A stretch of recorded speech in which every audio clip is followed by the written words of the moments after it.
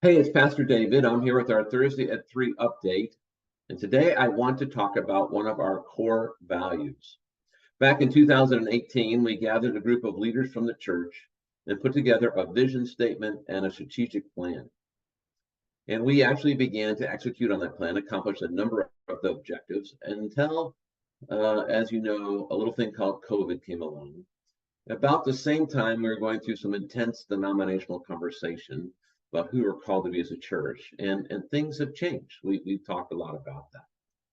We're gathering again as a group of leaders, a different group of leaders. We're in conversation about what our new strategy will be, who God is calling us to be as a family, as a church. And soon they'll be talking with you. We're going to be having a number of home meetings and gatherings to get feedback. I've talked about this in another Thursday at 3. But right now, there's a lot of conversation around our values. What do we value? What's our highest goal? What's our highest purpose? What is our value? And one of those values comes out of our vision statement, which is to be a vibrant family. Our mission is to make disciples of Jesus Christ for the transformation of the world. Our purpose, our reason for being as a church, is to make disciples of Jesus Christ for the transformation of the world. We're to help make those who love God with their heart, soul, strength, and mind, and love their neighbor as themselves, as a lifestyle, as a way of being. And we'll know that we're doing that successfully. One of the ways is if we are a vibrant family. And both words were very important to the group of leaders who put the vision statement together. Both words were critical, vibrant and family. And I just want to take a minute to unpack that because it continues to be a core value for our church in many ways, in the ways that we operate, and in some ways aspirational. But it's something that we're embracing and are guiding us into the future. So first, vibrant. And let me share these figures with you. Just was given this today. This is the year-to-date in-person attendance. This is not the online attendance. Our online worship still runs somewhere in around 200 people a week to watch worship. This is worship service in person.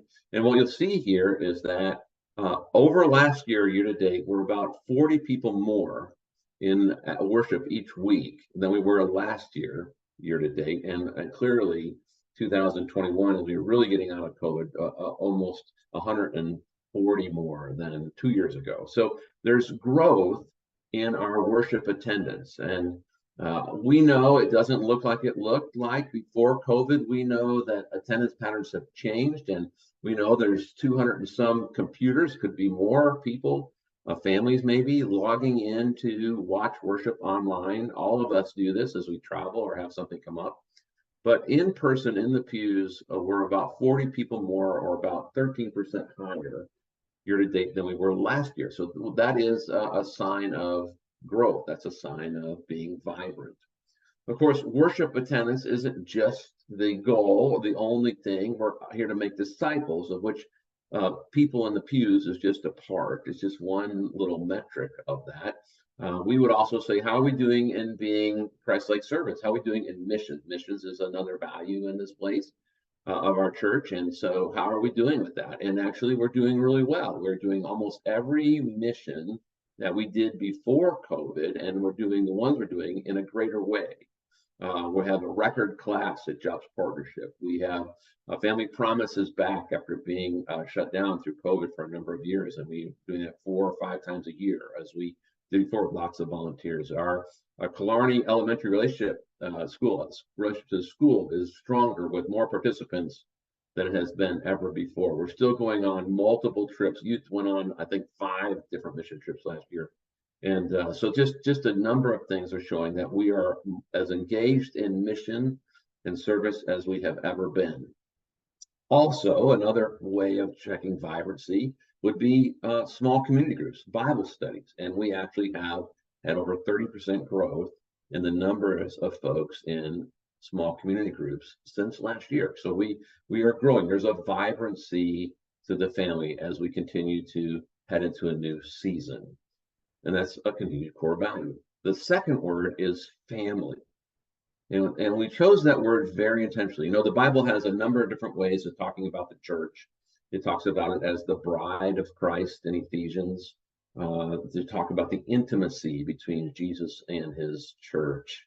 that intimate bond that is to be there. It talks about in the Bible, First Peter, about the church as the flock of Christ, that is the good shepherd and his sheep, and that talks about the guidance and the care and the provision and the protection of God's people by Christ. It talks about the body of Christ and the letters to the Corinthians, that is the way we're tied together and become the hands and feet and eyes of Jesus, everyone having a role. And also in Ephesians, in chapter 2, it talks about how we're all members of the household of God. And so we take from that, and the church talks about that in terms of being a family of Christ. We are a family. And that tells us several things. And first of all, I think about the things I had to learn growing up, what it meant to be a part of a family.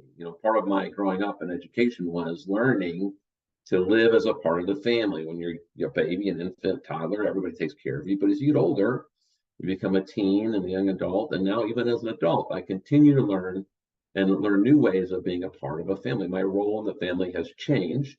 And yet it continues to, it doesn't mean I'm any less of the family. I'm still a part of the family in different ways. And so one of the things I had to learn was that in a family, you participate.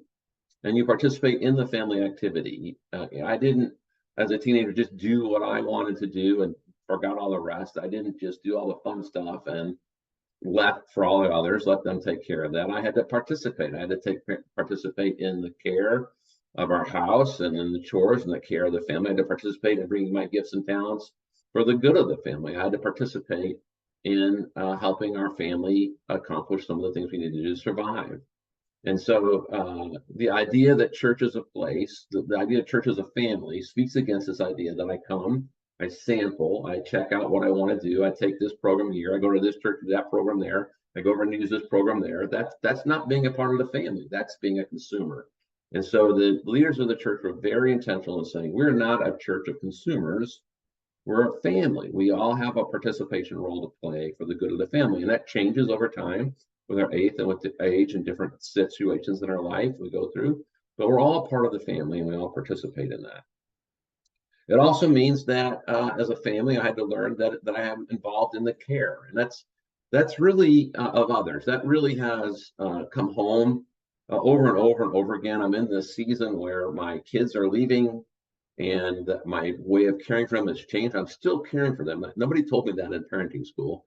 I'm still caring for them, just in a different way. I'm also now in a greater way caring for my parents who are declining. And so, and I'm caring for my sisters who are in the middle of taking care of them all. So the care of other family members never ends.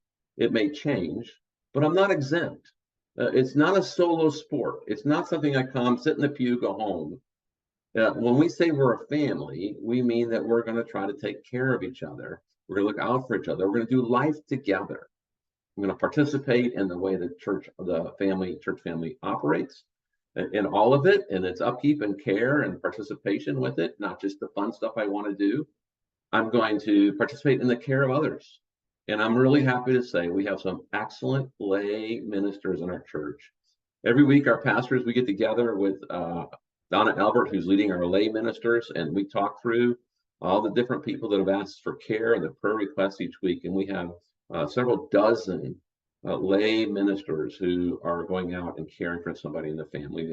Those working with grief share, those going through grief, and so on. So we're all part of this care. Now, the third part I mentioned is that a family isn't perfect. I learned that as a kid. No family is perfect. And as I went through having my own children, and now I'm part of where I'm at in the family, I know our family wasn't perfect. There were growth edges. Our church family isn't perfect. We've not always done a great job at caring for each other. And there are still people we miss, and then shame on us. We need to work on that. We're not always great about agreeing. We tend to find that when we disagree, we're just going to go our own way. That's not being part of the family. The family word is so powerful in talking about who we are to be and how we do life together. Knowing that the family isn't perfect, but that the family is indispensable for the way that we resource and grow and be in this world. We need you in our family. We want you in our family. And there is a vibrancy. It is growing. in worship attendance, in missions, in small groups, in new members. We just had a number of new members join. We need you. We need your help as we work through those places that we are growing into, as God calls us to be the church, the body, the bride, the flock, the family, the vibrant family of Christ. I'm so glad you're a part of my family. I look forward to seeing you on Sunday. God bless.